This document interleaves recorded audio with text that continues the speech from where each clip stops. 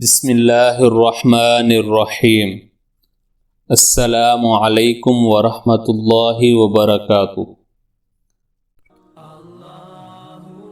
وہ جب یمن سے مکہ مکرمہ پہنچے اور یہاں آ کر بنو اسد سے تعلق قائم کیا تو ان کے وہم و گمان میں بھی نہ تھا کہ انہیں وہ اعزاز و اکرام ملنے والا ہے جو ان کو بعد کی زندگی میں حاصل ہوا۔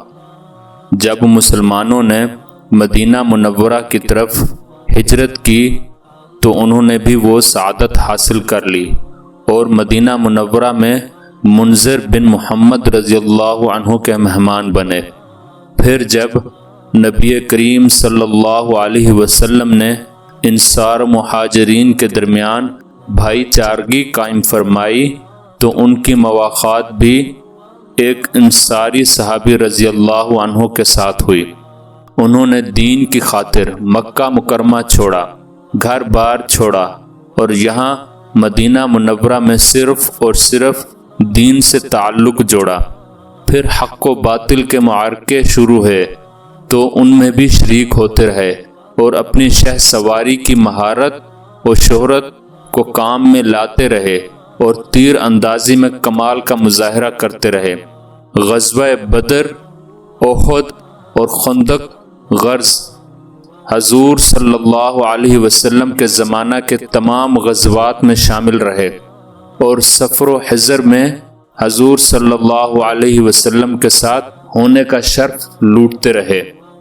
البتہ فتح مکہ سے پہلے ان کی طرف سے ایک بات پیش آئی جس سے یہ خود بھی پریشان ہوئے اور ان کی وجہ سے مسلمانوں کو بھی سخت پریشانی ہوئی۔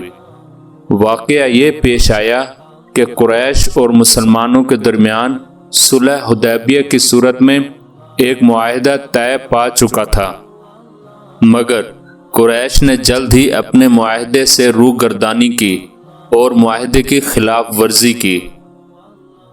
پھر نبی کریم صلی اللہ علیہ وسلم نے ان کو اس خلاف ورزی پر متوجہ کرنا چاہا تو قریش کے چند جذباتی لوگوں نے معاہدہ ختم کرنے کا اعلان کر دیا، جس پر انہیں بعد میں پچھتاوا بھی ہوا۔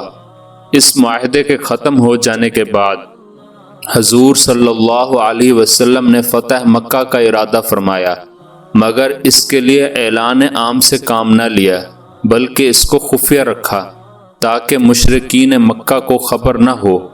حضور صلی اللہ علیہ وسلم نے صحابہ کرام رضی اللہ عنہم کو تیاری کا حکم فرمایا اور کچھ حضرات کو آپ صلی اللہ علیہ وسلم کے ارادے کا علم بھی ہو گیا۔ انہی افراد میں حضرت حاطب بن ابی بلتع رضی اللہ عنہ بھی تھے۔ حضرت حاطب رضی اللہ عنہ کو اس بات کی کوئی فکر نہ تھی کہ قریش پر حملہ ہوا تو ان کا انجام کیا ہوگا، مگر انہیں مکہ میں موجود اپنے گھر کے افراد کی فکر ضرور لاحق تھی اور ان کا خیال تھا کہ مکہ میں جن مہاجرین کے عزیز و اقارب اور گھر کے افراد ہیں ان کی حفاظت کے لیے ان کی برادری بھی موجود ہے، مگر میری تو کوئی برادری نہیں جو میرے گھر والوں کی حفاظت کر سکے۔ کیوں نہ قریش پر ایک ایسا احسان کر دوں جس سے میرا فائدہ یقینی ہو جائے اور مسلمانوں کا کوئی نقصان بھی نہ ہو۔ انہوں نے اس خیال کو اس طرح عملی جامہ پہنایا کہ اس وقت ایک عورت سارا نامی جو مغنیہ گانے والی تھی، آپ صلی اللہ علیہ وسلم کی خدمت میں حاضر ہوئی اور اپنی ضرورت بیان کی اور یہ بھی کہا کہ واقعہ بدر کے بعد لوگوں نے میری طرف توجہ نہ دی۔ نبی کریم صلی اللہ علیہ وسلم نے قبیلہ بنو مطلب کو اس عورت کو کچھ دینے کی ترغیب دی، جس پر انہوں نے کپڑے، سواری اور دوسری چیزیں دیں۔ جب یہ عورت واپس مکہ جانے لگی تو حضرت حاطب رضی اللہ عنہ نے اس کو ایک خط دیا اور راستے میں کسی کو نہ دکھانے کا وعدہ لیا اور عوض کے طور پر 10 دینار دیے۔ اس خط میں حضرت حاطب رضی اللہ عنہ نے ایسی بات لکھی جو ان کے خیال میں مسلمانوں کو نقصان تو نہ پہنچا سکتی تھی، مگر آپ صلی اللہ علیہ وسلم کا راز فاش ہونے کا خطرہ ضرور تھا، اور اللہ تعالیٰ کو یہ راز فاش ہونا منظور نہ تھا۔ لہٰذا اللہ کے حکم سے حضرت جبرائیل علیہ السلام نے آ کر صورتحال بیان کر دی، جس پر حضور صلی اللہ علیہ وسلم نے حضرت علی، حضرت زبیر اور حضرت مقداد رضی اللہ عنہما کو روانہ فرمایا اور ہدایت فرمائی کہ چلتے جاؤ، تمہیں روضہ خاک کے مقام پر ایک اونٹ سوار عورت ملے گی، اس کے پاس حاطب کا خط ہوگا جو انہوں نے مشرکین مکہ کے نام لکھا ہے، وہ لے آؤ۔ جب یہ حضرات اس مقام پر پہنچے تو وہ عورت ملی، لیکن شاید وہ خط مشرکین کو دے کر انعام حاصل کرنا چاہتی تھی۔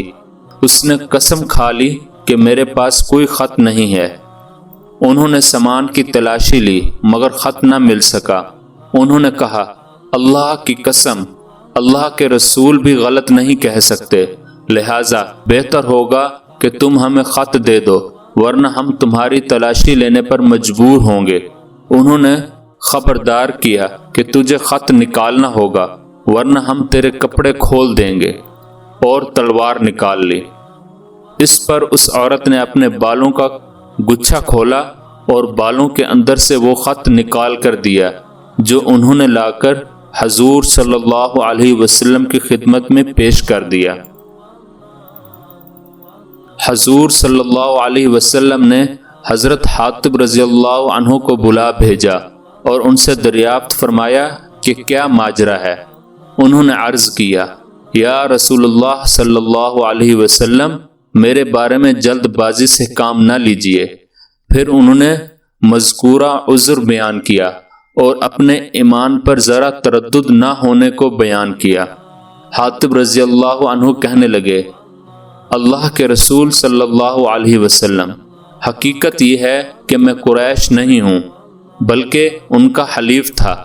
آپ کی اور دیگر مہاجرین کی قریش کے ساتھ رشتہ داریاں ہیں جن کی بنا پر ان کے اہل و مال کی حفاظت ہو جائے گی۔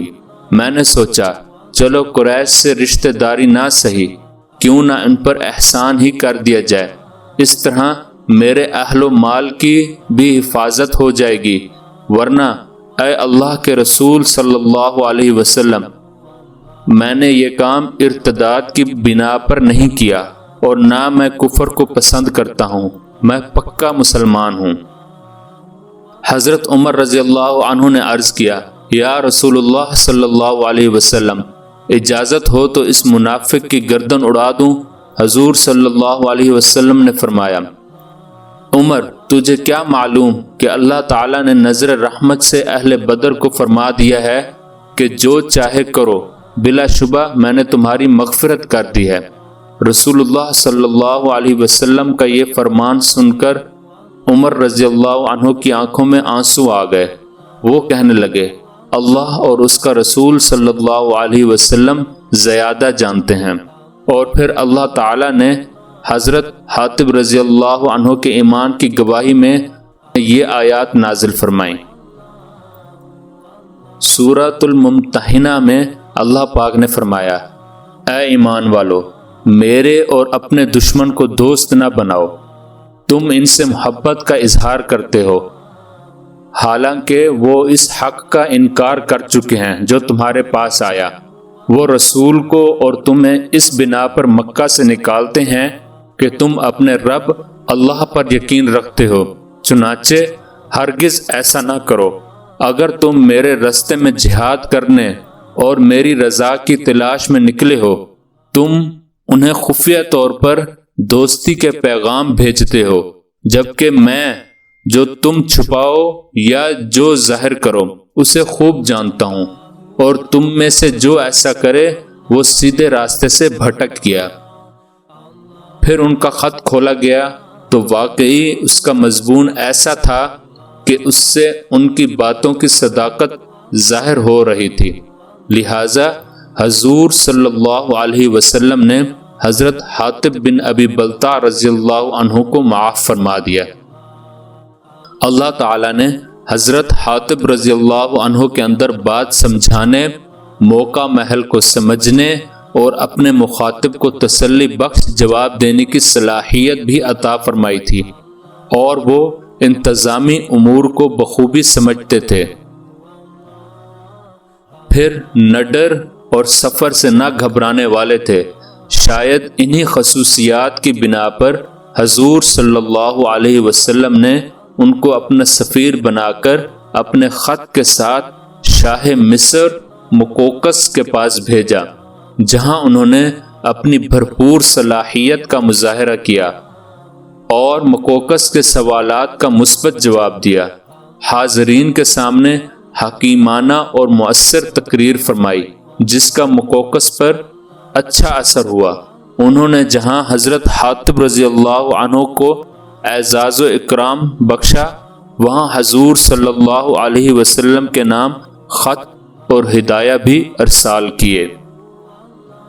حضرت حاطب رضی اللہ عنہ کی اس کامیابی کی بنا پر حضرت ابو بکر صدیق رضی اللہ عنہ نے بھی ایک مرتبہ ان کو مصر ہی کی طرف سفیر بنا کر روانہ فرمایا تھا، جو کامیاب رہا۔